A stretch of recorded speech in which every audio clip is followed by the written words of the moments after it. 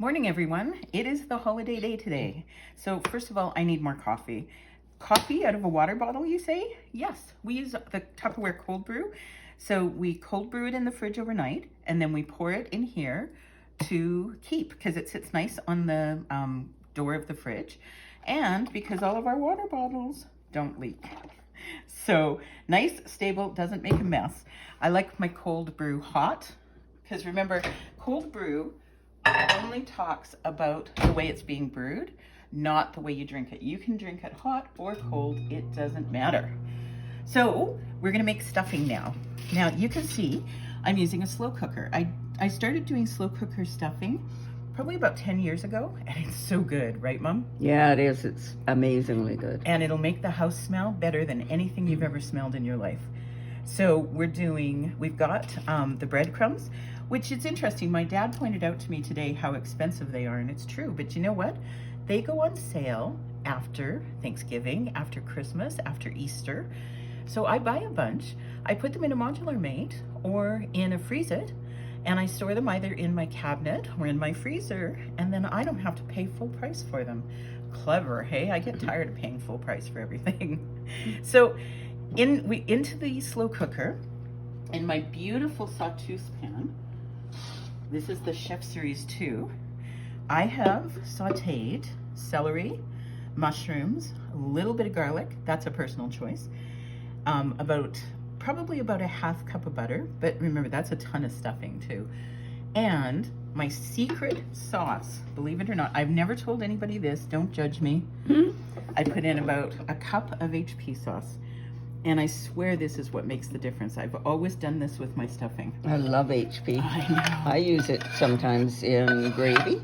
Oh, yeah. And especially a big beef stew. Yeah, it just gives it that sort of extra umami flavor that everybody talks about these days. So I just put that right over top of the stuffing.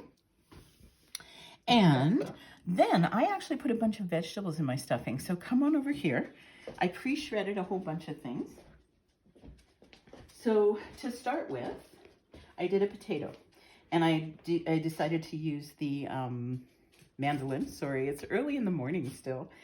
And I did the potato into shreds. I'm going to put that in the stuffing. Then I did carrots and a yam. Not quite a full yam because we could only get these monster yams this year.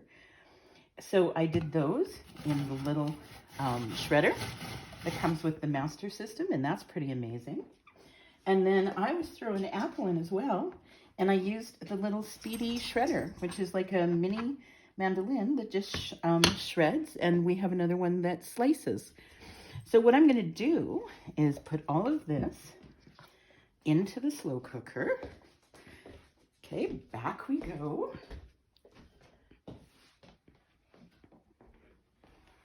And then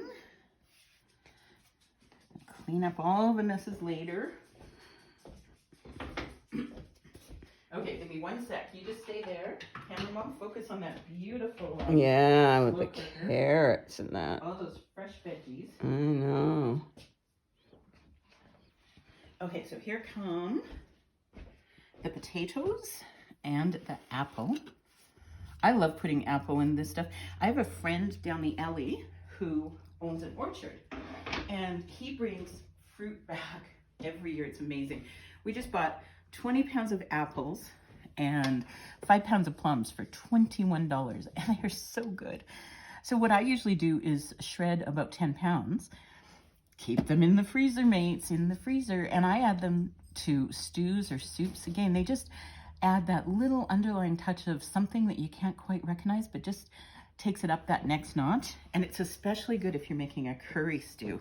Plus, without any effort, we get pretty much all our vegetable and fruit servings in one wonderful dish. I know, because now the stuffing isn't just bread, is it? No. I mean, so far we've got celery, mushrooms, carrots, yam, a potato, and an apple in here. Right. Right? So that's pretty darn good. Now I'm going to up it once more. I'm going to take my handy dandy modular mate, and I'm going to open it to magically find craisins. So we are going to break these up a little bit. These are super fresh. Now these are about 6 months old, and this is how well the modular mates keeps everything. I actually have to break them up because they are still so fresh and juicy that They stick together. they stick together, right? Yeah. Totally. Sorry, I was trying to measure while I was talking to you. Okay, then in my super duper little Chef Series 2 pot, I have some chicken stock. Now I actually had to make some real quick this morning because I was out. And we're gonna put 4 cups to start with of chicken stock over all of this. And we're gonna keep the chicken stock handy because it might dry out as you go. You wanna keep looking at it and you wanna keep adding if you think you need to. So, hey camera mom, what's so special about this measuring cup that I'm using? Oh, pretty much everything. Microwave safe. Yeah, microwave safe, which is big. And this is the 2-cup size Deb is using. And if you need to put a lid on it, you know how you try and cover it with the dreaded saran wrap or whatever. Or a paper towel. Or a paper towel. So You it just doesn't- put the 1 cup over the 2-cup and it's a perfect seal. Exactly. So it won't splash all over your Exactly. microwave or anything. I know. Yeah. Mom has to hardly ever clean the microwave anymore. Yeah, I know. It's like amazing. Unlike the counters. Unlike the counters. So, then we're going to look at the freezer mates too.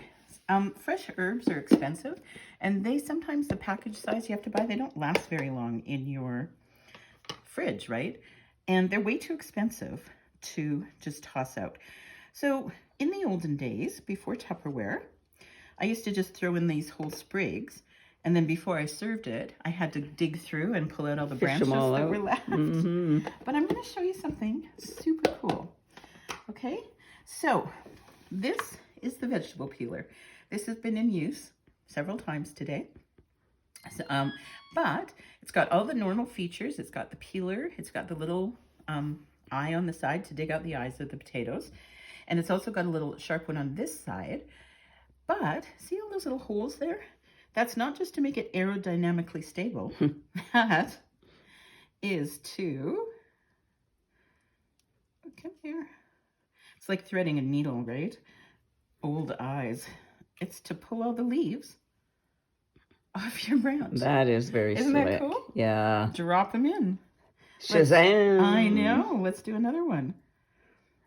Oops. Next, we'll be see you flying by on your magic carpet. Right. Uh-huh. Here we go. Leaves, naked branch. I just love this thing. Oh, that's Isn't great. that Deb. cool? Yeah. And then you see it's got bigger sizes. Can you see? Yeah. Because the rosemary It's is quite a little bit larger, bigger than yeah. the rest of it. Yeah. So, whoops, I'm just going to actually even have to cut this one because this one's super thick. Yeah, it is. It's a really big I one. know. I can't even cut it. Grocery store ripping me off, man. They're selling me old rosemary. There. Oh, that's time. Where is my rosemary? Yeah, this one should do it. I'll fight with the rest later. Okay. Holy cow, these things must be like fir trees or something. Well, they are. Like when I lived in Mexico, we had a hedge of them. Literally a Yep. hedge, yeah. Cool, hey? Yeah. So there you go. I am going to put this lid on this stuffing. I'm going to let it cook for about 6 hours. You're not going to trust me for the first 4 hours or so. You're going to think I lied to you. But the truth is that this magically, at about the 4 or 5 hour mark, turns into some beautiful stuffing. And it actually gets crispy and everything. So just keep watching it. Give it a good stir every hour or so. If it starts to look dry, add a little bit more stock. And then tell me later how amazing it was. Okay, happy holidays. We'll talk to you later.